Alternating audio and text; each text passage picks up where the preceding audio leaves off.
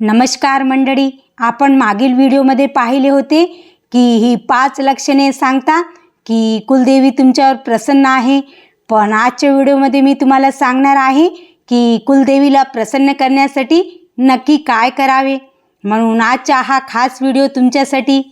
त्यासाठी आज मी तुम्हाला अशी 5 सोपी उपाय सांगणार आहे जी रोज केल्याने तुमच्या घरावर कुलदेवीची अखंड कृपा राहील। त्यासाठी व्हिडिओ शेवटपर्यंत नक्की बघा। नंबर 1, उंबरठ्याची पूजा आणि स्वच्छता। पहिली गोष्ट म्हणजे आपल्या घराचा उंबरठा। शास्त्रानुसार कुलदेवीचा वास उंबरठ्यावर असतो। रोज सकाळी घर झाडताना उंबरठा स्वच्छ पुसून घ्या आणि त्यावर दोन्ही बाजूंना हळद कुंकवाचे बोट लावा। शक्य असल्यास स्वास्तिक काढा, यामुळे घरातील नकारात्मकता बाहेरच थांबते। नंबर 2, कुलदेवीचा नंदादीप। दुसरे काम म्हणजे देवारात कुलदेवीच्या नावाने एक नंदादीप किंवा साजूक तुपाचा दिवा रोज लावावा। जर नंदादीप शक्य नसेल तर सकाळी आणि संध्याकाळी शुभम करोती म्हणताना देवीचे स्मरण करून दिवा लावा। दिव्याची ज्योत ही मांगल्याचे प्रतीक आहे आणि ती देवीला आपल्या घराकडे आकर्षित करते। नंबर 3, आई या नावाने हाक मारणे। तिसरे आणि सर्वात सोपे काम म्हणजे मंत्र जप।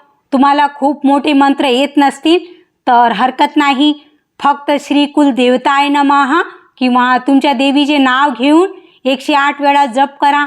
देवी ही माता असते, तिला श्रद्धेने मारलेली हाक कोणत्याही मंत्रापेक्षा मोठी असते। नंबर 4, नैवेद्य आणि पाणी। चौथे काम, रोज जेवणापूर्वी कुलदेवीसाठी एक तरी घास किंवा खडी साखरेचा नैवेद्य अर्पण करा। तसेच तांब्याभर शुद्ध पाणी देवीसमोर ठेवा। देवीला अर्पण केल्याशिवाय काहीही खाऊ नका, यामुळे अन्नाला पूर्ण ब्रह्म स्वरूप प्राप्त होते।